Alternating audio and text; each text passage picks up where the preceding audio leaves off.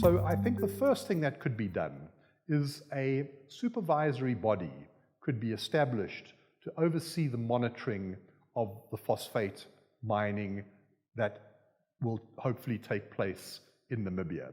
And that body could comprise the Ministry of Fisheries, the Ministry of Mines, the Chamber of Mines, the Chamber of Environment, a local NGO on the coast that's interested in this area, the fishing sector, Ministry of Maritime Affairs, Works and Transport.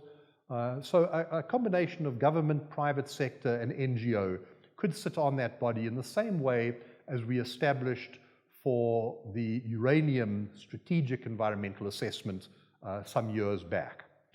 Then an independent research body could be involved in monitoring the impacts of the phosphate mining, and a website could be set up where all the monitoring information is made available in almost real time to the general public, with some reports that consolidate the information on a 6-monthly basis. We would not like to see more than, say, 2 mining companies starting and monitoring the program and seeing how it progresses.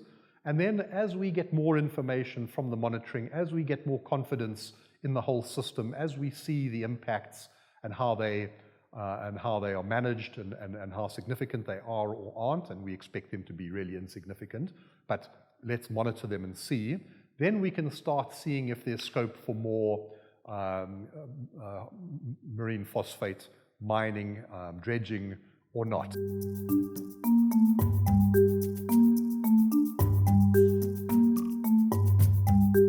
The second thing that's important to consider is that the mining and the dredging takes place at sea, but the processing takes place on land. Now, we haven't had the EIA yet on the terrestrial side of the processing. That needs to follow, but terrestrial processing of raw materials and minerals is something that's far better known in Namibia than the marine mining sector. So that's why the company started with the marine mining sector, to make sure there were no fatal flaws on that side.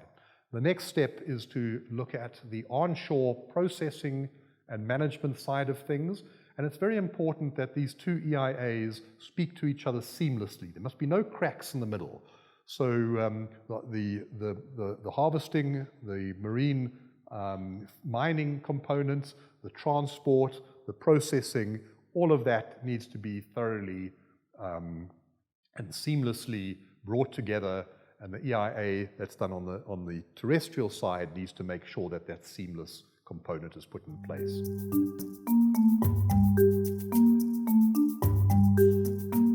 With that, those aspects addressed, I have absolute confidence that we're onto a good new stream of income for Namibia that will make a great difference to the economy of the country, to job creation, and at really minimal risk to the environment and to the fishing sector of the country.